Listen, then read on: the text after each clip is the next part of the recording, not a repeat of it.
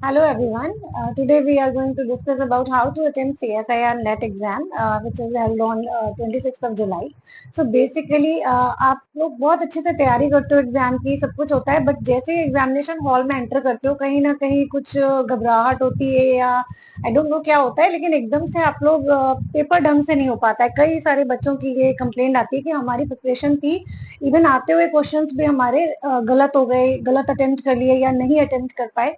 तो उसी के लिए कि आपको एग्जाम को कैसे फेस करना है या एग्जाम को कैसे अटेम्प्ट करना चाहिए, उसके लिए मैं कुछ टिप्स आपके संग लेके आई हूँ। There are 3 section in this exam, section A, section B and section C. तो आपको करना क्या है कि जब आप क्वेश्चन, मैं आपके संग जो टिप लेके आई हूँ, आई थिंक ये CSIR का कोई भी हो, आई थिंक लाइफ साइंस के लिए बेसिकली मैं बोल रही हूँ, बट आप किसी और ब्रांच के भी हो तो भी आपके लिए टिप बहुत हेल्पफुल होगी। तो प्लीज वीडियो को आप पूरा देखिएगा।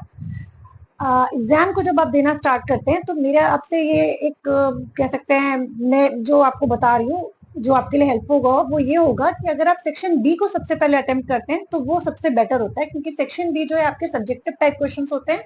There are 50 questions and you have to attempt only 35 questions, और सारे के सारे क्वेश्चंस डायरेक्ट टाइप होते हैं। मतलब आपने क्वेश्चन रीड किया, अगर आपको क्वेश्चन आता है देन अटेम्प्ट, अदरवाइज आप नेक्स्ट क्वेश्चन पे मूव कर सकते हो। मतलब यहाँ पे आपको बिल्कुल भी अपना टाइम वेस्ट करने की जरूरत नहीं है या सोचने की जरूरत नहीं है। बहुत ही सिंपल टाइप क्वेश्चंस होते हैं, मतलब आपको पता चल जाता है क्वेश्चन को रीड करते हैं कि आपको आता है नहीं आता है। ठीक है, तो नहीं आता है तो बिल्कुल भी घबराने की जरूरत नहीं है, आप सीधे दूसरे क्वेश्चन पे जंप कर जाइए, उस क्वेश्चन को छोड़ दिए। ठीक है, कोई जरूरत नहीं, because there is negative marking also. तो यहाँ पे नेगेटिव करने की जरूरत नहीं है आपको कि आप जबरदस्ती अटेम्प्ट करें।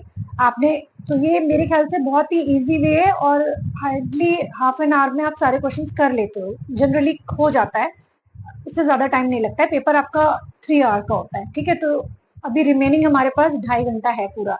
तो अब आपको क्या करना है कि अब नेक्स्ट आपको थोड़ा सा अपने आप को रिलैक्स करना है, थोड़ा सा अपने माइंड को रिलैक्स करना है। तो इसके लिए आप सेक्शन ए अटेम्प्ट करते हो। सेक्शन ए में क्या होता है, 20 क्वेश्चन होते हैं, आपको उसमें से 15 अटेम्प्ट करने होते हैं, और ये सारे क्वेश्चन आपके जो है जनरल एप्टीट्यूड टाइप के होते हैं, जनरल नॉलेज बेस्ड हो सकते हैं, रीजनिंग होते हैं, क्वांट से रिलेटेड होते हैं, या इंग्लिश होता है। सब्जेक्टिव टाइप एक भी क्वेश्चन नहीं होता है। ठीक है, तो इनमें से जो जनरली मैंने ऑब्जर्व किया है लास्ट 20 ईयर्स के पेपर को स्टडी करके, उसमें ये है कि इन 20 क्वेश्चन में से 5 क्वेश्चन तो ऐसे होते हैं जो इतने ईजी होते हैं कि कोई भी बच्चा इजीली अटेम्प्ट कर सकता है। ठीक है, और नेक्स्ट 5 और 6 क्वेश्चन ऑल्सो ऐसे होते हैं कि अगर आपने थोड़ा बहुत भी क्वांट या रीजनिंग की स्टडी की है, पढ़ाई की है, प्रिपरेशन की है, जो आई थिंक आप लोगों ने सभी ने की होगी, तो आप आराम से करके ले जाओगे। मतलब इन 20 क्वेश्चन में से इजिली 10 क्वेश्चन ऐसे हैं जिनको आप अटेम्प्ट भी कर सकते हो, और इजिली आप श्योर भी होते हो कि हाँ ये करेक्ट है, आप इजिली अटेम्प्ट कर सकते हो। यहाँ भी सेम सिचुएशन है, नेगेटिव मार्किंग है। तो मैं आपसे यही रिक्वेस्ट करूंगी कि ज्यादा आप गेस वर्किंग ना करें, यहाँ पे भी आप श्योर हैं तो ही अटेम्प्ट करें क्वेश्चन। ठीक है, तो फर्स्ट आपने क्या किया, सेक्शन बी अटेम्प्ट किया जहाँ पे डायरेक्ट टाइप क्वेश्चन थे। नेक्स्ट आपने अपने आप को थोड़ा सा रिलैक्स किया, माइंड को रिलैक्स किया, क्योंकि ये क्वेश्चन में ज्यादा दिमाग नहीं लगाना है, लेकिन थोड़ा सा हाँ क्वेश्चंस को रीड करते टाइम केयरफुल रहना है, क्योंकि कई बार क्या होता है क्वेश्चन को आप समझ नहीं पाते हो एंड दैट्स व्हाई आप गलत आंसर पे टिक कर देते हो। कई बार क्या होता है क्वेश्चंस में नॉट करके भी होता है, मतलब which of the following is not, तो हम लोग क्या करते हैं उस नॉट पे या नो पे ध्यान नहीं देते, और हमने देखा कि अच्छा ये पूछा है तो बस तुरंत उठा के टिक कर दिया, या मतलब आपने ऑप्शन पे क्लिक कर दिया, वो गलत हो जाता है क्योंकि वहां पे नॉट था। ठीक है, तो इसीलिए क्वेश्चन को सबसे पहले बहुत ही अच्छे से रीड करो, उसके बाद अटेम्प्ट करो। ठीक है, एंड फाइनली अब आप सेक्शन सी पे मूव करो, जो कि है आपका बेसिकली रिसर्च एप्टीट्यूड। अब यहाँ पे क्या करना है, क्योंकि यहाँ पे रिसर्च एप्टीट्यूड है तो कंटेंट आपका पढ़ा हुआ भी होगा, सब्जेक्ट पढ़ा हुआ भी होगा, टॉपिक पढ़ा हुआ भी होगा, तब भी आप क्वेश्चन कई बार नहीं समझ पाते हो, या बहुत सारे बच्चों की कंप्लेंट आती है कि हमने ये टॉपिक प्रिपेयर किया था लेकिन हम वो क्वेश्चंस नहीं अटेम्प्ट कर पाए। वो इसीलिए होता है क्योंकि आप क्वेश्चन, एक तो क्वेश्चन बहुत लेंदी भी देते हैं वो लोग, थोड़ा रिसर्च टाइप होता है तो हाफ पेज का या बहुत लेंदी क्वेश्चन होता है, तो क्वेश्चन को देखते ही बच्चे घबरा जाते हैं कि इतना बड़ा क्वेश्चन है, क्या पूछा हुआ है। तो आप उसे आराम से रीड करो, बेसिकली कई बार क्वेश्चन के अंदर ही आंसर होता है।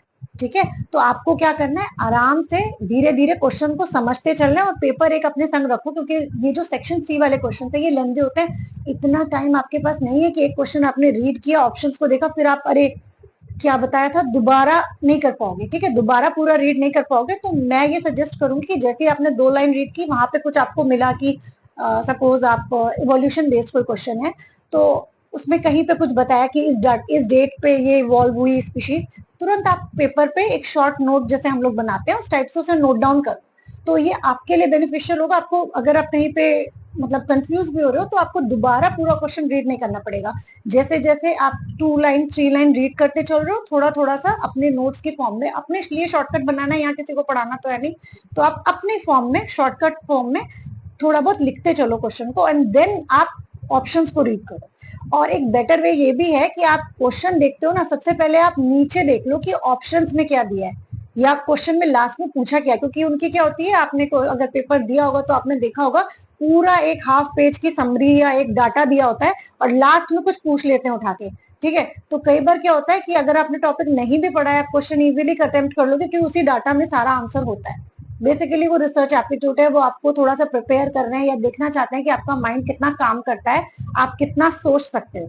तो इट्स बेटर कि आप क्वेश्चन को धीरे धीरे रीड करो, नोट डाउन करते चलो। और हाँ, एक चीज और, क्योंकि यहाँ पे 75 क्वेश्चन है and you have to attempt only 25 question, और ये क्वेश्चन 4 मार्क्स के होते हैं। अभी तक सेक्शन ए और सेक्शन बी के जो क्वेश्चन थे वो 2 मार्क्स के थे, तो यहाँ नेगेटिव मार्किंग भी 1 मार्क्स की है और ये सबसे ज्यादा स्कोरिंग पार्ट भी होता है। मतलब आप बहुत अच्छे से स्कोर भी कर सकते हो। अगर आपके 25 में से आप 20 भी राइट कर लेते हो तो 80 मार्क्स आपके यहीं पे आ जाते हैं।